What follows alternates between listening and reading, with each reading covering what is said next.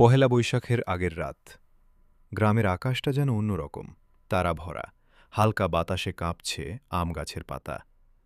রিমি আর তার ছোট ভাই তন্ময় উঠোনে বসে আছে, হাতে রঙিন কাগজের ফানুস। দিদি, আজ ফানুসটা উড়াবো তো? তন্ময়ের চোখে উত্তেজনা।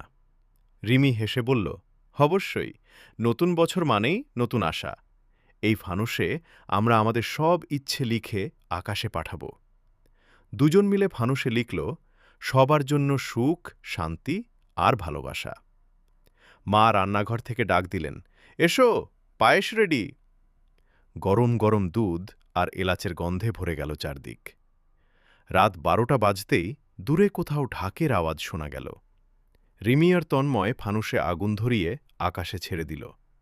ধীরে ধীরে ফানুসটা উপরে উঠতে লাগল, যেন তাদের স্বপ্নগুলোকে নিয়ে উড়ে যাচ্ছে নতুন বছরের দিকে। তন্ময় ফিসফিস করে বলল, দিদি, আমাদের ইচ্ছেগুলো কি সত্যি হবে? রিমি আকাশের দিকে তাকিয়ে উত্তর দিল, যদি আমরা চেষ্টা করি তাহলে অবশ্যই হবে। নতুন বছর তো সেই সুযোগই দেয়। আকাশে উড়তে থাকা ফানুসটা ছোট হতে হতে একসময় মিলিয়ে গেল, কিন্তু তাদের মনে রয়ে গেল এক নতুন শুরুর আলো। শুভ নববর্ষ।